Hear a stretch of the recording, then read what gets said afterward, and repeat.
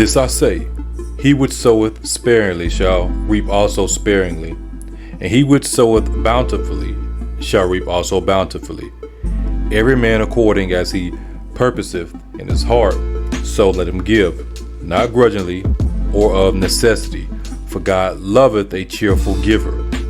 The liberal soul shall be made fat, and he that watereth shall be watered also himself. Giving can be done through Patreon, PayPal, or Cash App. All links are in the description. As stated over the years, if you do give, let it be in accordance with the scriptures. Love you. Let's get it. How you doing, everybody? Welcome back to Stand Focused for Jesus. Hope each and every one of you are having a blessed day. And the Lord Jesus Christ is always, as always. So another beautiful day. The temperature is, I would say, perfect. Temperature is perfect. It's not too hot, not too cold. I think it's about 70 something degrees. The breeze is blowing. Yeah, just sitting out here talking to y'all. About to drop a few things on y'all. Maybe you can use it, maybe not. But first and foremost, I want to remind each and every one of you to be thankful. Let us all be thankful for what we have, and let us all be thankful for what we don't have. I know there are many things that you want out of life, and you may not have those things out of life. It could be something physical, it could be something spiritual. I don't know. It could be a goal, and you're not there yet. But consistency. Y'all bear with me as I get my thoughts together, because I just woke up not too long ago. So excuse me. Haven't even brushed my teeth yet. But hey, good thing you can't smell my breath. And if you were in front of me, I wouldn't do that. I wouldn't do that anyway. I wouldn't be in front of your face, and I know I ain't brushed my teeth yet. But like, hold on, let me go take care of this first. But I started a new business about, I think it's almost going on 2 years. RLD Media LLC. And my goal with this business is to have a business that is predominantly online, which includes books. For those who don't know, I have authored a few books. The popular King James demonology book that people were talking about that went viral. Not my video, but people talking about it. At least I don't know if it went viral or not on my end. But people were talking about this book. Oh, King James, the same person that wrote the Bible, even though he didn't write the Bible. He wrote this book on demonology.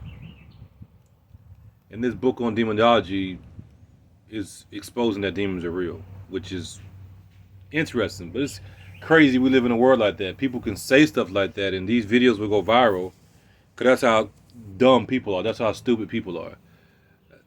That's why my circle is small, because people are stupid, man. People are dumb, and I don't like being around people that are not wise. In fact, the Bible says to surround yourself with wise counsel. People that can help you, it's going to hold you accountable with wisdom and righteousness, and not foolishness and stupidity. When all it takes is for you to go and get the book online, you can get the book for free. Not my book, but you can get a copy of the old King James demonology book for free online. Matter of fact, you ain't got to go purchase it. You can go just look it up, and they'll tell you what the book is about. He's exposing witchcraft and demons, because people were saying that they weren't real. He was giving the evidence to support that it was real, that they were real, which is, again, interesting, because why would somebody say that, oh, this man wrote this book on demonology? Well, we know why, because they're demons. Because the ultimate attack isn't about attacking King James, it's about attacking God. But hopefully you see all that They're attacking the Bible indirectly. You got to understand how the devil works. The devil's attacks aren't always direct. A lot of times they are indirect, and you don't see it coming because you're not paying attention. It's not about attacking King James per se. It's about attacking the Word of God, because King James goes hand in hand with, as we know, the King James Bible. So if you can attack him, then you can indirectly attack the Word of God and plant seeds of doubt. Because why would I? It's on a subconscious level. Why would I trust the Word of God if I can't even trust this man because he wrote a book on demonology? But if you go read the book of demonology, then you see what the book is actually about. The same thing the Bible is about, which is exposing the unfruitful works of darkness. Um, I did a updated version back in 2023. The book is a public work. You can take it, and I put it in modern day language with, the definition of certain things and everything. It's on Amazon. The crazy thing is, that's my number one selling book. It's my number one selling book. I haven't sold like 1,000 copies, at least not yet. Maybe like 50 copies. But it is my number one selling book since I have authored books. And this is something that I planned years ago. I had it, as God is my witness, it was in my phone. And I said, I want to take these public works, they're in the public domain, and I want to update them to, quote unquote, give them new life. And that's what I did with this book. And I'm doing it with other books. It's just, I got a lot going on, striving to build this media company, because a part of the media company, which is going to be later on, is the movies. You see what I'm saying? We're going to do the movies under the media company, but we're doing music and stuff like that. I've been working on that, but back to the point. So I dropped this book, and I dropped several other books. And then I started a few other YouTube channels. Some of you are subscribed to one of them, Side Hustle Kings. I haven't really posted nothing on there in like maybe a year. But I do have other channels that most of y'all probably don't know about. They're what we call Faceless YouTube channels. You wouldn't even know it's me. you would not know it's me. You would like, oh, that's Brother King. You're not gonna know it's me because there's no face and it's not my voice. One of them is a science and technology channel, and my thumbnail is a thumbnail of a white woman for marketing purposes and stuff like that. So I started this channel along with other channels, but I've really been working on this one. And I was putting money in it, advertising, getting videos out there, because what people don't realize about YouTube, well, maybe you don't realize it, but let me explain to you. You don't just upload a video and then you get views and you start getting paid for it. It doesn't work that way. You have to have so many subscribers and so many watch hours. I think right now they've changed it a little bit, but they have different monetization programs. But to get the bag, as we say, or start to get the bag, when you're getting ad revenue, you have to have 1,000 subscribers and 4,000 watch hours. Yes, 1,000 subscribers and 4,000 watch hours. Then you'll be invited to apply for the YouTube monetization program, and you will start getting paid revenue from the YouTube videos, ad revenue. For those who don't know, let me go ahead and tell you, my Stand Focused for Jesus ministry page, YouTube channel, whatever you want to call it, is not monetized. That's just me. Other people do it. I've given my reasons why I don't do it. That's just me, like I said. For those who are curious, well, are you making money off your YouTube channel? No. Not this channel. Because too many people do it. And I like to do things differently. Too many people already do it, and then they're not real about themselves. If you're doing something, you're getting paid for it, then it's going to be I'm not saying a person couldn't handle it, but it's going to be a harder internal struggle of the reasons of why you are uploading videos. And for me, I don't want any any type of cloudiness, or anything like that when it comes to uploading YouTube videos to the ministry page, which is what we listen to right now, right, and watching. Um, and the reason why I do what I do, so nobody can come in and say you're doing it because you get ad revenue. You're doing it so you can get paid. You're doing it so you can make a living off of it. No, I got a business for that. I got a business to make money. You know, I get out here, y'all see me in the van or whatever, delivering folks groceries, because that's, what me and my wife do. It's part of our, business. Now, that's more so independent contractor, but still, we do that for work. So I'm not sitting around here being lazy. I've never been like that.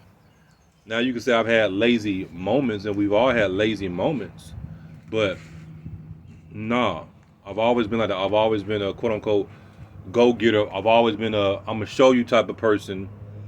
If you don't want to help me, then I'm still going to get it done. I'm still going to get it done if you don't help me.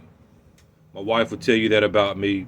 Hey, I need help with this, and then let's say she got something going on, so she can't help me right then. Then I go do it, and she be like, "Dang, Negro, you didn't wash the dishes, you didn't cook, you didn't wash the clothes, you didn't clean the whole house, you didn't cut the grass, you didn't fix plates, and now you finna, you know what I'm saying, and you didn't, did your adult thing.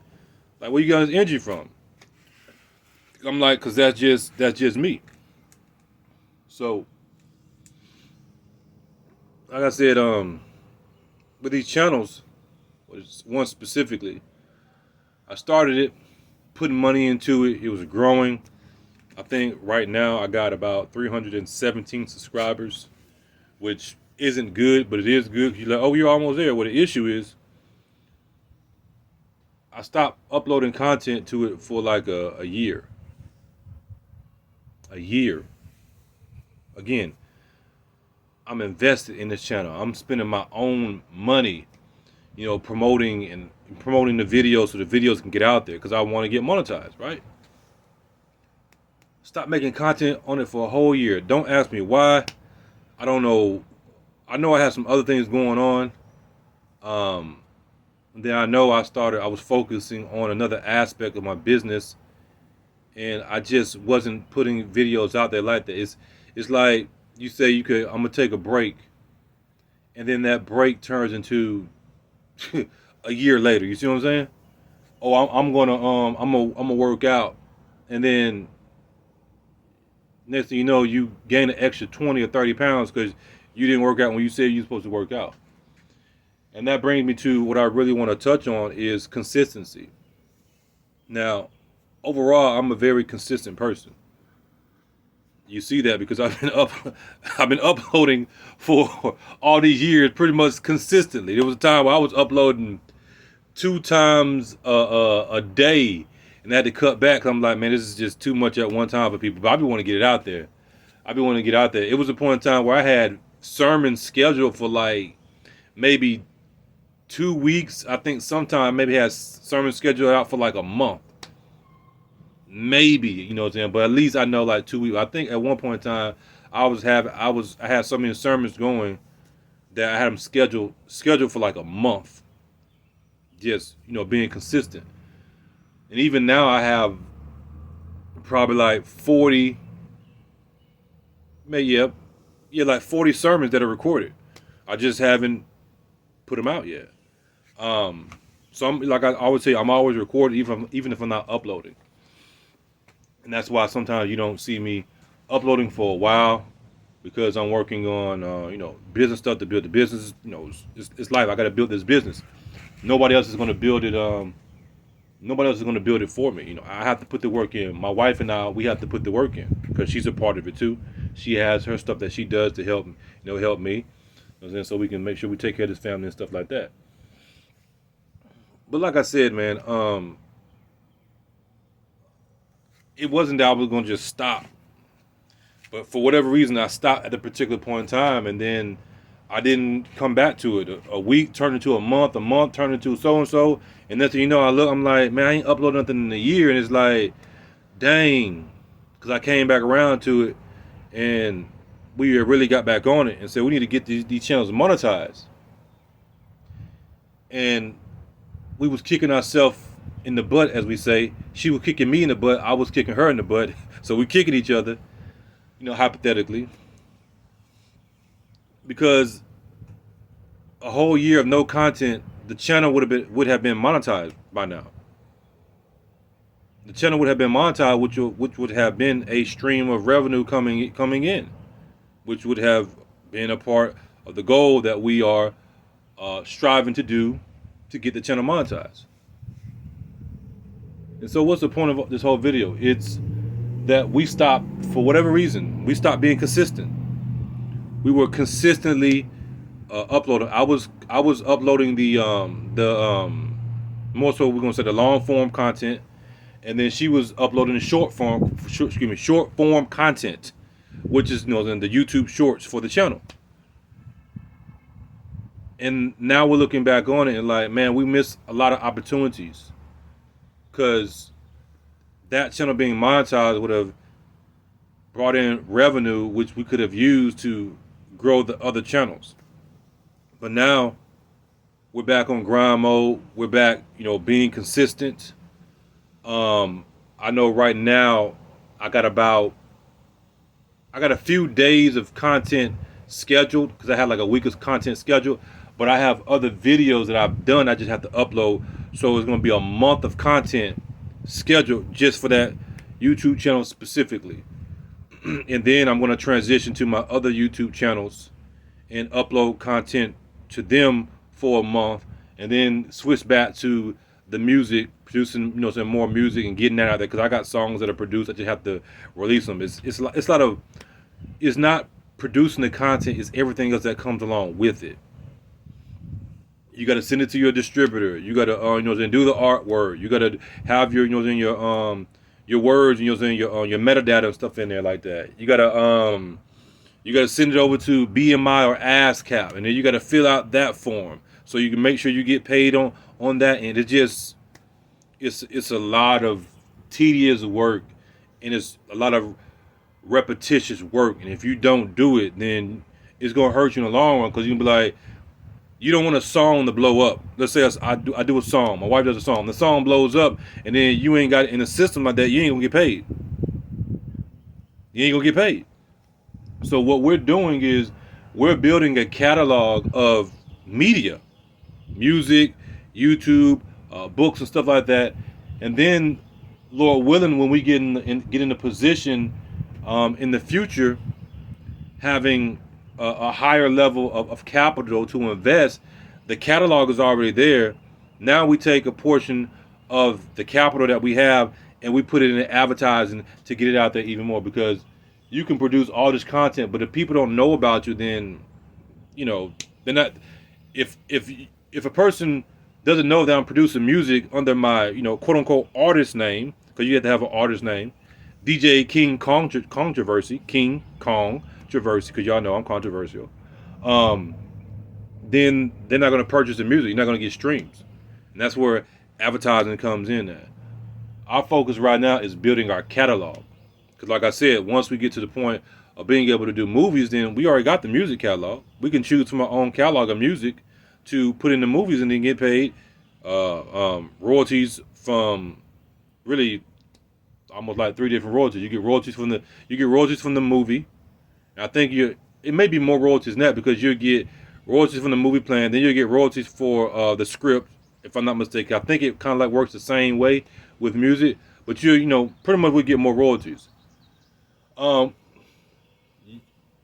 We can never get there if we don't stay consistent.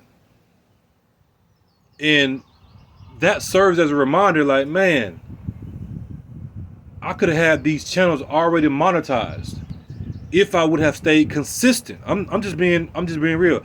I stopped being consistent for whatever. Not saying that I stopped being consistent in my business, because if I don't do my business, then I don't make no money. I don't get paid for preaching. I don't get paid for preaching. I don't get YouTube monetization. The funds that people do send to the ministry, it ain't enough to take care of, everything that we got going on, the bills. It's not enough. And then really it's the same people that's in that have continued to support the ministry, and I'm thankful for that. And like I told y'all, it's not about people giving, because if you give, I want you to give from your heart. I don't want you to give because you feel like I'm forcing you to give, like, or manipulating you to give. If you give, I want you to give from your heart, because God is going to bless you even more when you give from your heart. God's going to bless you even more. And that's part of my I would say my inward struggle, because I want to be in a position of having resources so bad so I can help the people that have helped me. Because I know that I can do my thing, but there's others out there that are not able to do what I do right now. It's like, Lord, just can a brother just get a $2 lottery ticket, and they hit big, so I can help some people that have been there for me, and that's what, at the end of the day, that's what pains me. It ain't so I can have money to do what I want to do, because I know I'm gonna do what I do regardless. But it's wanting the money to be able to help those who have helped me, and to be there for them, because they've been there for me. And that's the way that love works. We love one another because we love one another. Of course, we love one another because Christ first loved us, but we want to help we want to help one another and be there for one another in that regard. But like I said, if I hear my children, we stopped being consistent. We stopped being consistent, and what happened was, I was looking at the channel. I was like, man, and I was doing some more research and stuff, and we ran some numbers yesterday, and I don't want to forget this, because it's a reminder. Stay consistent. People think that YouTube is oversaturated, and you can't start a YouTube channel to make money. People are making bank off YouTube, but it takes work. It takes consistency. YouTube, you're not finna upload a YouTube video and they be like, "Oh, we finna push you and promote you." No, YouTube is gonna reward you for being consistent, because you're putting out content which is allowing them to make money. I think YouTube gets 45% off of your CPM, which is the ad revenue, pretty much, to keep it simple. They get 45%, you get the other percentage. So if you're not consistently uploading quality content that's bringing people in, then why should they pay you a check? Let's just be real about it. It's the same thing with the Word of God. If you're not being consistent in the Word of God, then why would God reward you with more of His riches? Yeah, this ain't just about, like I told you, everything I say is deeper than what I say. But YouTube generates, I think, what, 31 billion dollars or something like that, some crazy number. We're gonna say 31 billion, right, in 2023. I looked up some numbers and I said, okay, I want to grow this channel to make $60,000 a year. $60,000, which is pretty good for for YouTube, right? Because to me, that's making money when you sleep. My business model is different from what my business model was last year or even the year before that, when I was more inventory heavy. I had my books. I still got books. I got books. When I started my book business, when we were still in Georgia, and I was selling books online, I still got books today that I can make money off of. Now, I haven't listed them as much because I've been focusing on this, but I'm going to get those books out there and get that other inventory out there. But my business model back then was more inventory heavy. Now I've transitioned because I'm getting older, and I got some other things in the works that I want to do. And if I build a business that is time consuming, more time consuming, then it's not gonna work for me. Cause y'all know we got the real estate and stuff like that. We're just waiting for the right timing with a few things, and y'all probably hear a little bit more about that in the next video and some other videos. But my business model is to, as we say, create passive income where you you put out a product or you create a product, and then you're able to make money off of it over and over and over and over and over again while you sleep. If I make a YouTube video, I put the YouTube video out there, I can make money off that YouTube video 5 years from now. 5 years from now, I can make money off of it. How we know? Because you know. Because you watch YouTube videos that are, oh, this video's from 4 years ago, 2 years ago, and you're watching it like it's brand new to you. So that's my business model for my business, right? We go on here and we're asking questions, because I like to ask questions to get the right answers. Ask the right questions to get the right answers. Y'all heard me say that. And I want to make, my goal is to make $60,000 off of one channel. I'm probably going to have a total of 5 channels because I got, let me see, Jerv, yeah,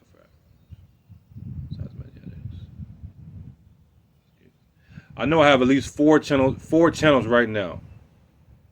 And then I think I got 5, but anyway, it's going to ultimately be 5. It could be more, but my goal is to have 5 YouTube channels that are monetized and that's making $60,000 a year, which is, I think, what, 5K a month, if I'm not mistaken. That brings you a total of about, what, 300,000, I think, somewhere in there. And I want this revenue to be generated on views alone. On views alone. That doesn't include the merch that we're going to end up putting with these different shops or channels or whatever, these different brands. You may say, man, that's a lot of money. Well, in the grand picture of things, it's not a lot of money. I'm going to explain it to you. $100,000 or $300,000 is the equivalent of 3 gallons of water out of a lake. I think Lake Mead, that's times 3. So if YouTube is cutting you a check, and your checks are the equivalent of $300,000. Because remember, we got 5 channels, right? That's generating a total of $300,000. Those checks they're giving you is the equivalent of 3 gallons of water coming out of Lake Mead. That's 3 times as big as Lake Mead. A drop in the bucket, literally. Now, when you put that in perspective, you're like, okay. Because you're thinking, man, that's a lot of money. But it's not a lot of money when it's coming from YouTube. So YouTube is willing to give that money because they're making money off of, it's a business agreement. And you have to look at it, that way. You have to look at it from that way. That it is a business. And if you don't have a relationship with them by providing content, then why are they going to pay you? If you're not being consistent, then they're not going to, okay, here go $1 or $2 or $3 or whatever. So you're seeing these YouTube channels, they blowing up and like, man, you know they're getting paid. I know they're getting paid because I'm running the numbers. I'm running the numbers. It takes consistency. It takes consistency in everything that you do. Now, I'm gonna get there. We're gonna get there. Cause that point of where I wasn't consistent for a whole year, not uploading content. Now, like I said, I was consistent on other stuff, but I wasn't consistent on that, and now it's costing me. But that's more motivation for me because I'm like, man, this could have been jumped off. We're gonna get there where we're generating $300,000 on YouTube across a minimum of 5, let's say 5 channels. Now, one channel could blow up and it's making, you know, all the money or whatever, but we're going to get there. And guess what? That is short-term money and long-term money because 2 or 3 years from now, I'm still going to be making money off of old videos, Lord willing, if I'm still here, right? And still making money off of new content because something is always happening in the world for you to report on. Because my science and technology page, I was doing more longer videos, but I shortened them up because it allowed me to produce more content and schedule my stuff out. So I'm more so like report the news on there about what's going on, but I tell it in a you know what I'm saying, in my own way, you know, because I do my scripts and stuff like that. But I mean, yeah, that's pretty much the gist of what I wanted to, you know, tell y'all, just to remain consistent. Because what's going to happen is what happened to me. You're going to look back and be like, I stopped being consistent, and now it has cost me. Because I could have been had 1,000 subscribers. I got 317 subscribers now, and I'm still getting views on videos that I did. Like, I'm looking at my stats, and I know I ain't uploaded nothing. I'm not uploading now, but when I was looking, and I was like, man, I ain't uploaded nothing over a year. It's been that long? A year? And I'm seeing my numbers, my views and stuff is still going up. So the content is still being pushed, but I'm not getting paid from it. And my business model is to get paid from it. And why am I not getting paid from it right now? Because I stopped being consistent. That serves as a reminder. That put more fire under me and in me to make sure that I remain consistent in all things. And this is what we talk about when the word speaks about examining yourself. Yes, the word says examine yourself whether you be in the faith, but we can take that further. Examine yourself in everything. You running the business. Are you running the business the best way that you can run that business? Are you being the best businessman or businesswoman that you can be?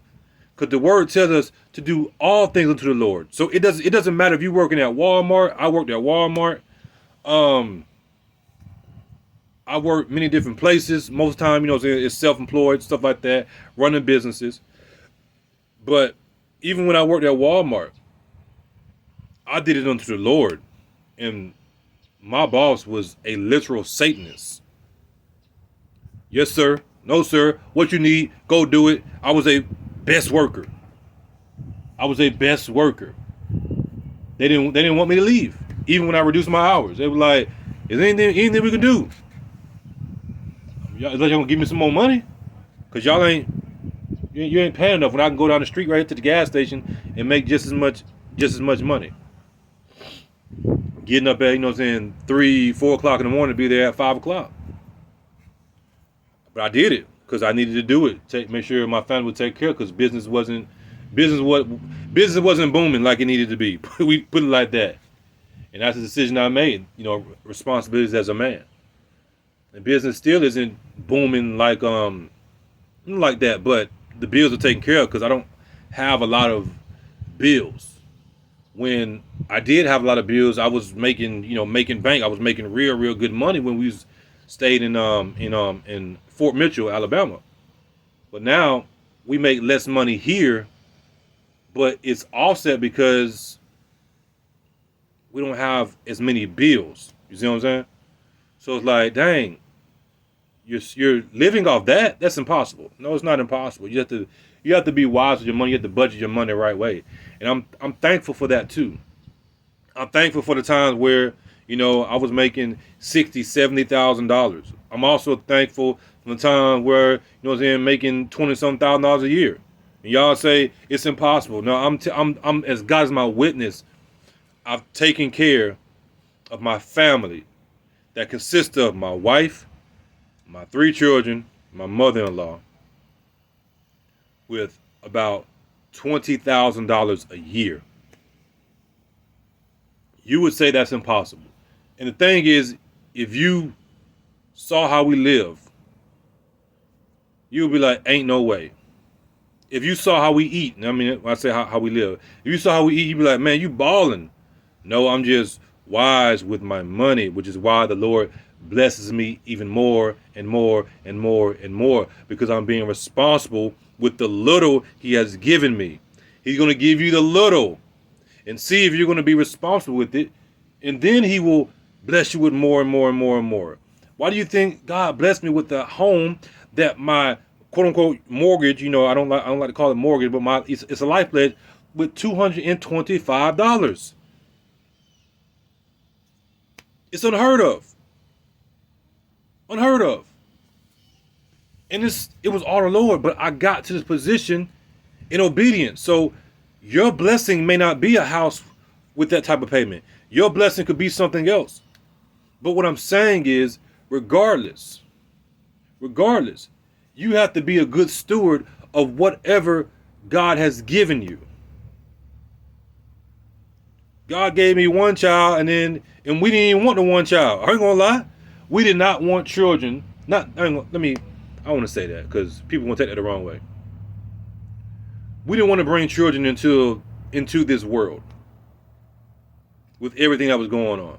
And our oldest son is 7 years old. So 7 years ago, we literally prayed against having children. Not that we didn't want children, but we didn't want to bring children in this world. Like, man, they just need to stay where they at. They don't need to come here. But God vetoed that. He didn't veto it not just one time. He vetoed it 2 times. He didn't veto it 2 times. He vetoed it 3 times and gave us 3 children. Gave us 3 children. Therefore, he expects me to be a good steward in fatherhood. He expects me to be a good steward of the children he has given me. He expects me to be a good steward of my wife he has given me. He expects me to be a good steward of my mother-in-law that he has given me. You see what I'm saying? Hey, I've given you all this because God won't put on you more than you can bear. Well, if God keep on putting stuff on you, that means he think you can bear it. So if he's given me all this, then he know you're more than capable of handling what I've given you to be a steward of, because I'm with you. And the blessing that I have for you, they are greater than what you think they are. Yeah, you're going through whatever you're going through now. You crying, you whining and complaining. Man, okay, cry, whine, and complain, but make sure you do what you're supposed to do. Because I ain't gonna lie, sometimes I complain like, Lord, good Lord, can I get a break? Can I get a break, Lord? Because it's like one thing after another, after another, after another, after another, after another, after another. Y'all know how it goes. Like, and at the end of the day, I'm just like, Lord, I just want to take care of my family. I remember praying this to the Lord.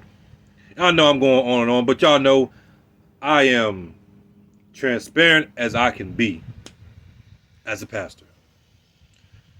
And this is something that's severely lacking from a lot of so-called pastors. Lord, can I get a break? All I want to do, Lord, is take care of my family.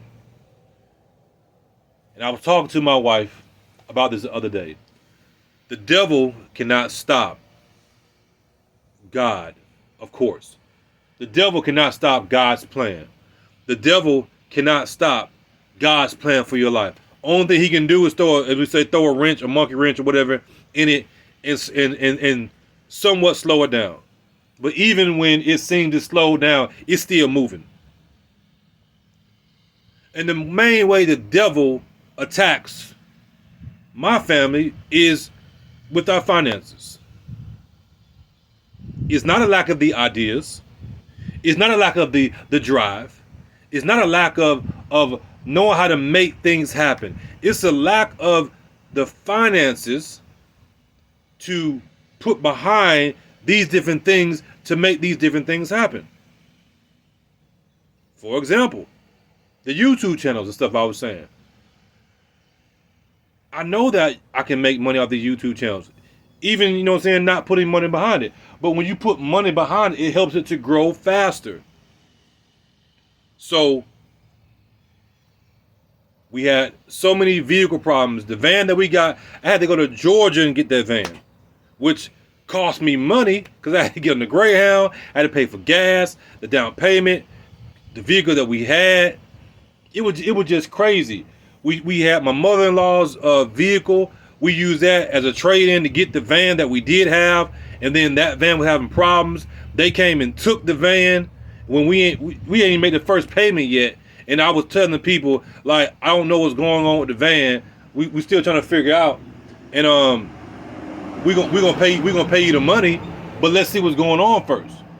Man, these folk then came and took the van, and then we went up there and got into it with the lady that was the general manager and stuff like that over some bull jive, and it got ugly, cause she tried to act like her balls were bigger than mine, her dick was bigger than mine. I'm not having that. I'm not having that. Well, if you say you care about family more than you care about a vehicle, then what are you gonna you don't have a vehicle for your family?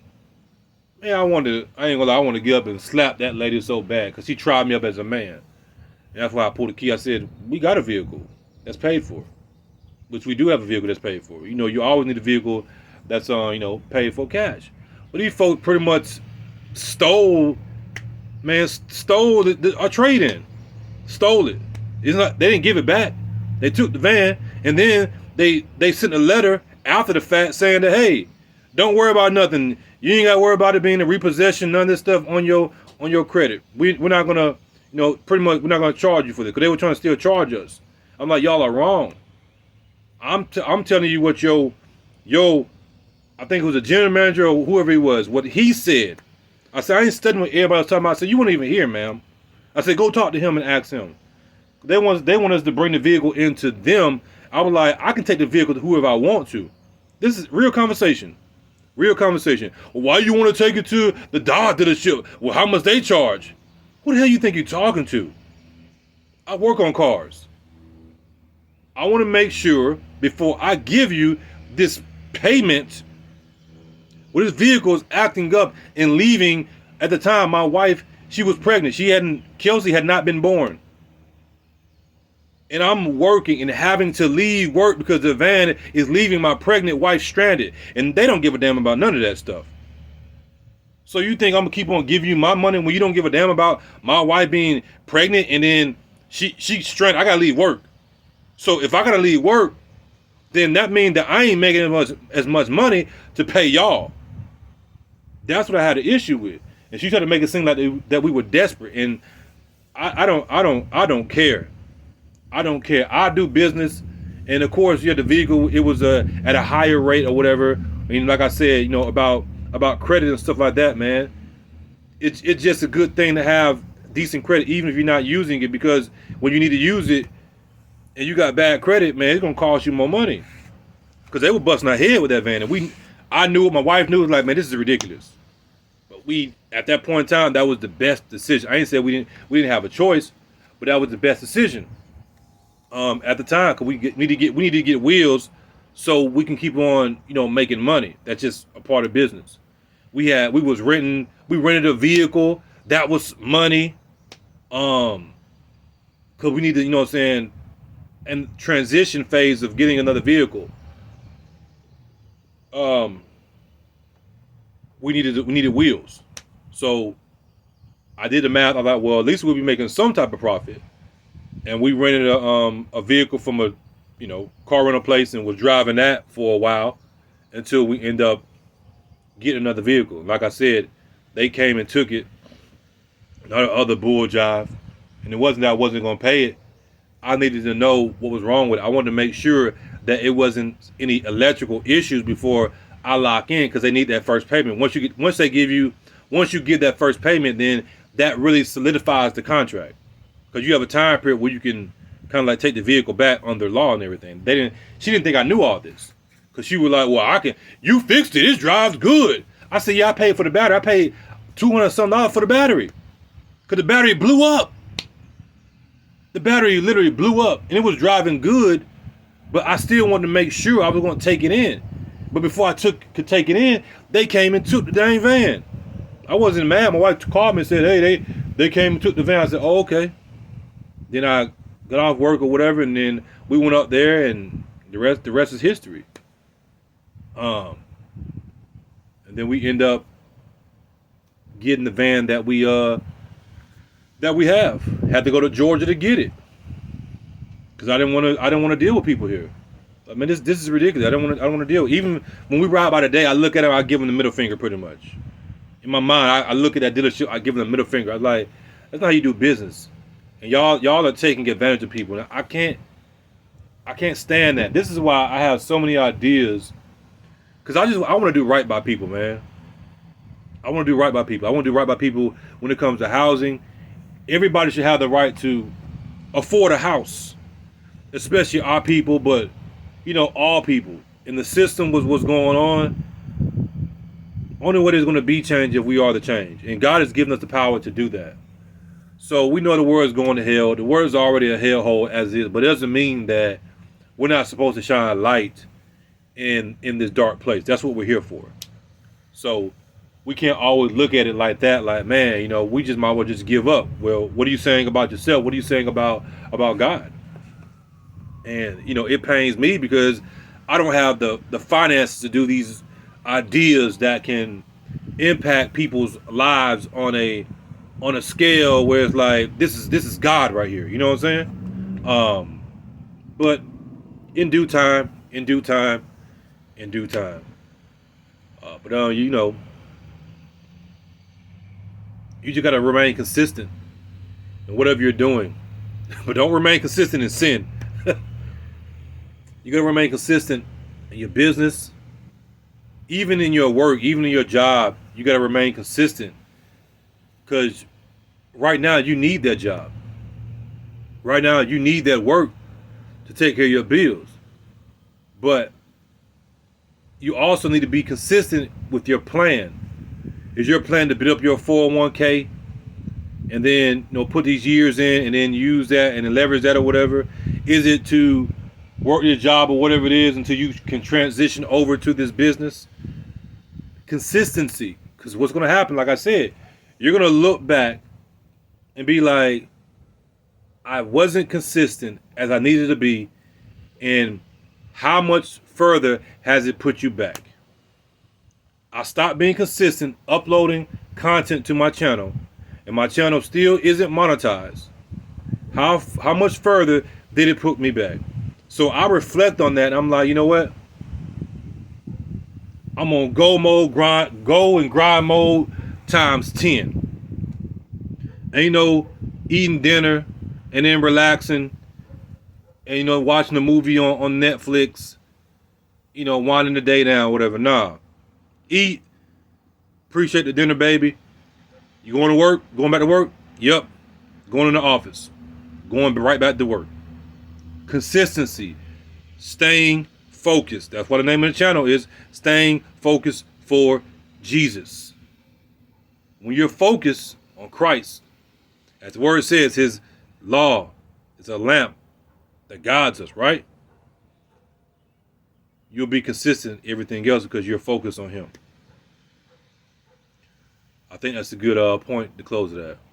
I could say more, but with that being said, God bless each and every one of you in Jesus Christ's name. As always, stay focused for Jesus. And as you know, the truth is not debated, it is declared. Season for the highs, season for the lows. Time to let it fly, time to bring it close. Every moment's borrowed, every second's leased. From Ecclesiastes, life's a masterpiece. Born into the struggle, destined for the grind. Every day's a puzzle, pieces we find. Planting seeds of dreams in the dirt they lay. Waiting for the gleam of the light of day. Time to break, time to heal, life's a spinning wheel. Build it up, break it down, show me how you feel. Weeping nights, laughing days, life's a crazy maze. Dancing through the pain, in the pouring rain. Stones we throw, stones we keep. In this life, the hill's steep. Embrace the love, embrace the strife. Every moment's cutting like a knife. There's a season for the highs, season for the lows. Time to let it fly, time to bring it close. Every moment's borrowed, every second's leased. From Ecclesiastes, life's a masterpiece. Gather what we lost, cast away the pain. Every line we've crossed, every gain and drain. Silence speaks, words break free. In this life, what will be, will be. Time to love, time to hate, time to change our fate. War and peace on the street, it's never too late. Riding through the seasons, riding through the time. Ecclesiastes, reasons turning water wine. In the cycle of the sun, under heaven's gate. Every end has begun, every fade awaits. From the ashes we rise, to the skies we gaze. In every low there's a goodbye. Why do we reject God's grace? Yeah. There's a season for the highs, season for the lows. Time to let it fly, time to bring it close. Every moment's borrowed, every second's leased. From Ecclesiastes, life's a masterpiece.